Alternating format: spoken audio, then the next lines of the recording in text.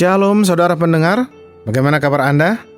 Harapan saya dari studio, saudara semua dalam keadaan baik dan diberkati Tuhan, amin. Iya saudara, bersama saya Pendeta Eslo Manik dalam program Firman hari ini. Kali ini dengan topik pembahasan pertobatan. Selamat mendengarkan.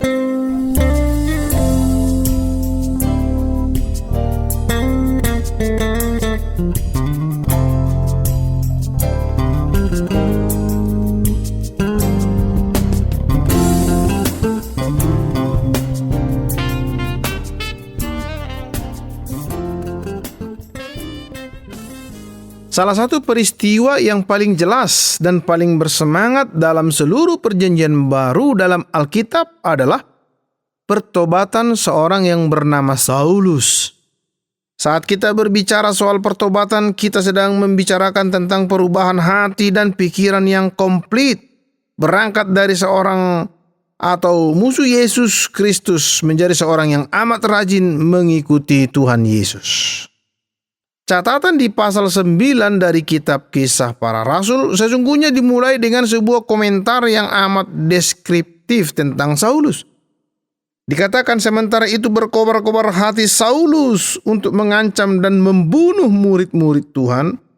Ia menghadap imam besar dan meminta surat kuasa daripadanya untuk dibawa kepada majelis-majelis Yahudi di kota Damsyik, supaya jika ia menemukan laki-laki atau perempuan yang mengikuti jalan Tuhan, ia menangkap mereka dan membawa mereka ke Yerusalem, dengan huruf besar atau inisial JT yang artinya orang Kristen, baik laki-laki maupun perempuan. Ia akan menangkap dan membawa mereka ke Yerusalem untuk dipenjarakan.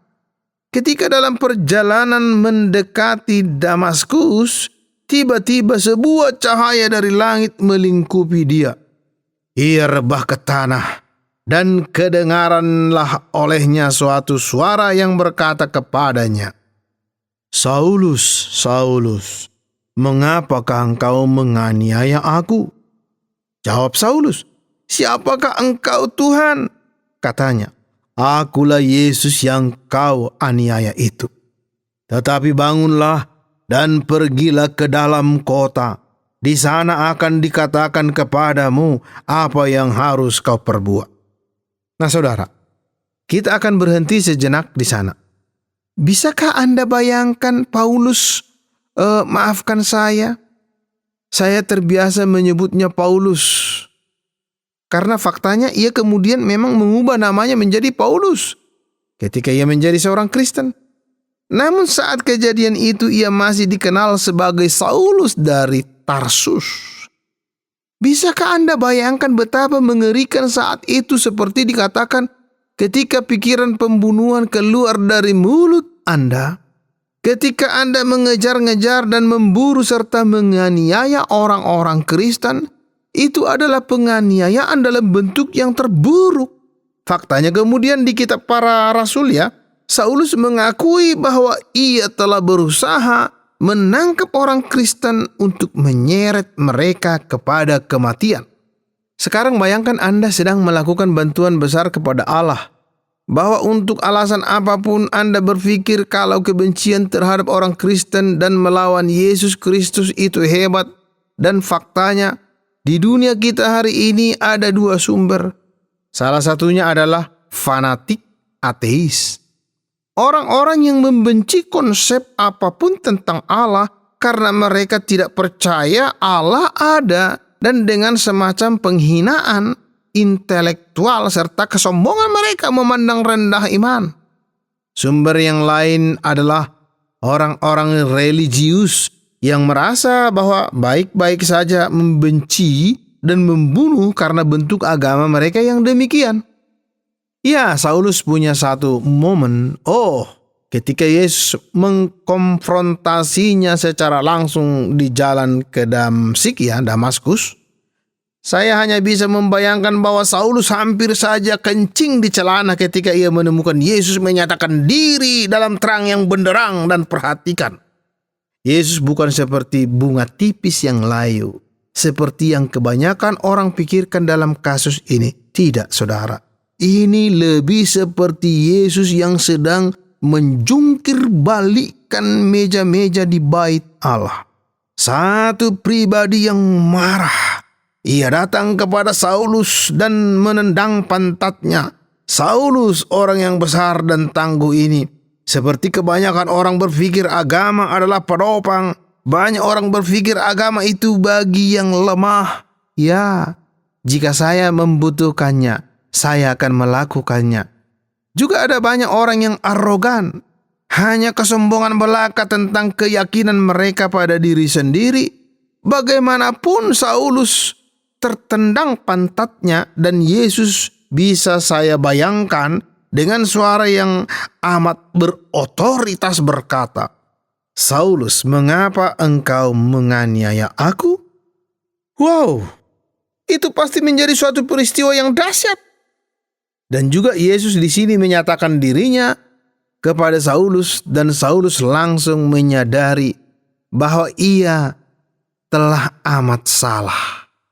Ia telah menganiaya Yesus yang hidup, yang telah bangkit dari kematian, yang adalah kepala gereja orang Kristen, dan sekarang ia menyadari bahwa ia telah amat mengacaukan.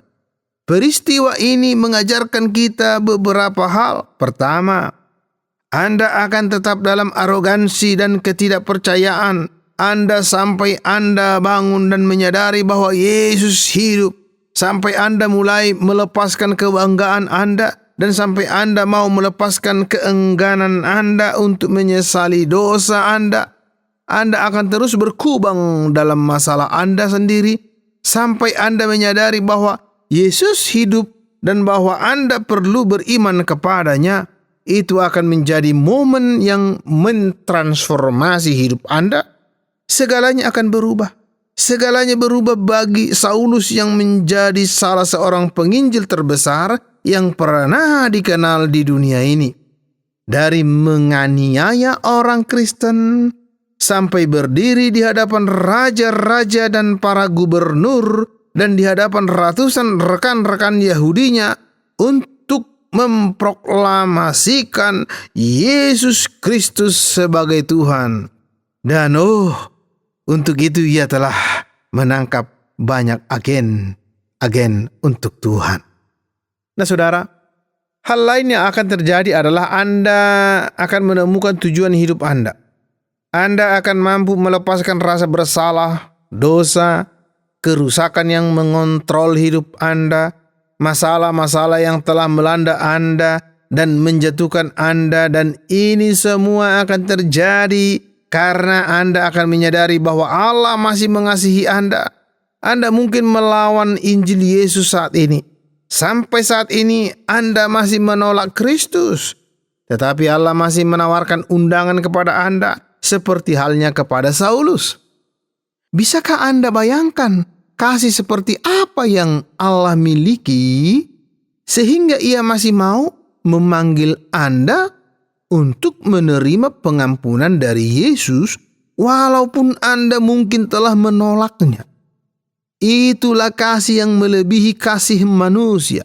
Itulah semangat ilahi. Pengampunan dan belas kasihan itu diberikan terus menerus, jauh melampaui apa yang bisa manusia kumpulkan.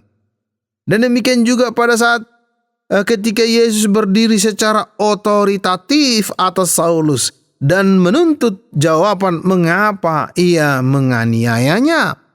Pada saat itulah Yesus tahu bahwa ia telah memilih Saulus untuk menjadi pemberitanya. Sungguh saat yang menakjubkan. Saya bertanya-tanya, akankah Anda memiliki saat yang menakjubkan juga? Ketika Anda pada akhirnya meletakkan kebencian dan perlawanan Anda pada Yesus dan mulai mengakuinya sebagai Tuhan dan Juru Selamat Anda, segalanya akan berubah. Tiba-tiba Anda akan menemukan diri seperti Saulus, bahwa Allah mempunyai rencana bagi Anda, bahwa ia akan menggunakan Anda sebagai alatnya. Faktanya kemudian di kitab para rasul, inilah tepat yang Tuhan katakan. Sesungguhnya di bagian ini hanya beberapa ayat kemudian di mata Tuhan sedang memberitahu Ananias, seorang pria yang terlibat dalam pemulihan penglihatan Saulus setelah dibutakan oleh kejadian ini, bahwa Allah akan menggunakan Saulus sebagai alat pilihannya. Allah mempunyai sebuah rencana baginya. Ini merupakan frasa yang amat menarik loh. Allah ingin menggunakan Anda bagi tujuan-tujuannya. Walaupun Anda mungkin tadinya bermusuhan, walaupun Anda memiliki semua jenis kenegatifan sifat, jika Anda merendahkan diri dan datang kepada Yesus, Allah bisa menggunakan Anda dan Ia bisa menggunakan Anda dalam cara-cara yang penuh kuasa. Anda bisa menjadi orang yang berbicara bagi Tuhan Yesus. Anda bisa menjadi penolong yang luar biasa dan ada bagi orang lain. Anda bisa menobatkan orang dari jalan keberdosaan mereka. Anda bisa mendorong mereka untuk datang kepada Tuhan. Salah satu hal yang kemudian Ananias komunikasikan ke Saulus adalah bahwa Allah akan mengajar Saulus seberapa banyak ia akan menderita bagi nama Yesus. Ini semacam ironi bahwa orang-orang yang menyebabkan begitu banyak penderitaan, begitu banyak rasa sakit bagi orang-orang Kristen akan belajar dunia itu seperti apa dan seberapa banyak mereka membenci orang percaya. Dunia selalu membenci orang Kristen karena kita menunjukkan dosa dan kesalahan dan kita tidak menerima sesuatu dosa dan segalanya yang terkait dengan dosa. Kita menyebut dosa sebagaimana adanya dan dunia tidak menyukainya.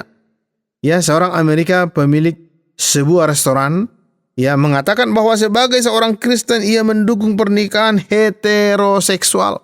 Nah, banyak orang dunia menggambarkan homoseksualitas sebagai sesuatu yang benar dan merupakan hak, menunjukkan banyak kebencian kepadanya. Orang Kristen akan selalu dibenci oleh dunia. Namun tidak apa-apa, karena kita akan digunakan Allah. Kita akan menjadi alat di tangan Allah.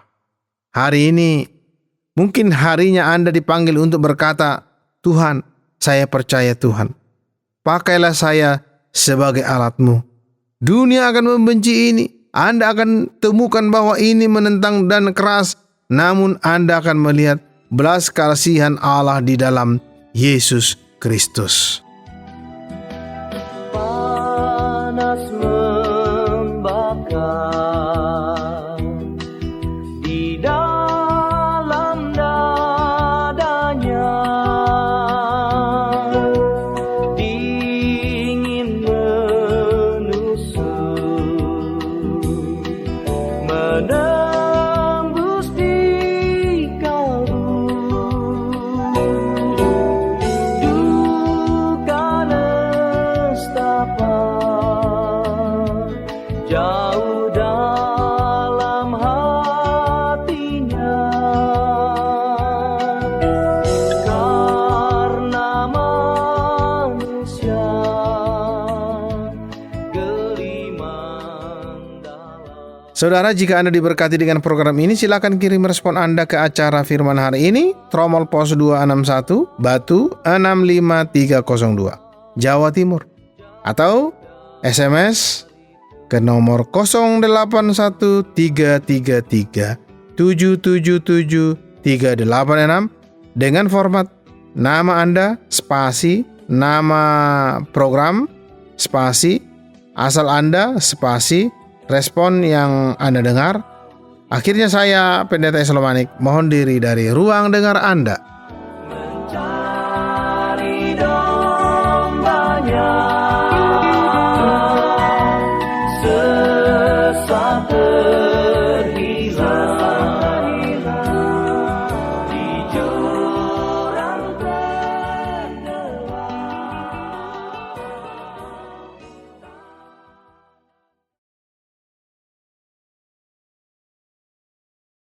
Terima kasih Anda sudah mengikuti program kami. Jika Anda diberkati, jangan lupa like, komen, dan share supaya Anda tidak ketinggalan setiap program terbaru kami. Jangan lupa juga untuk subscribe channelnya dan nyalakan loncengnya. Jika Anda ingin mendukung pelayanan kami, bisa melalui rekening kami berikut ini atau menghubungi kami di sini.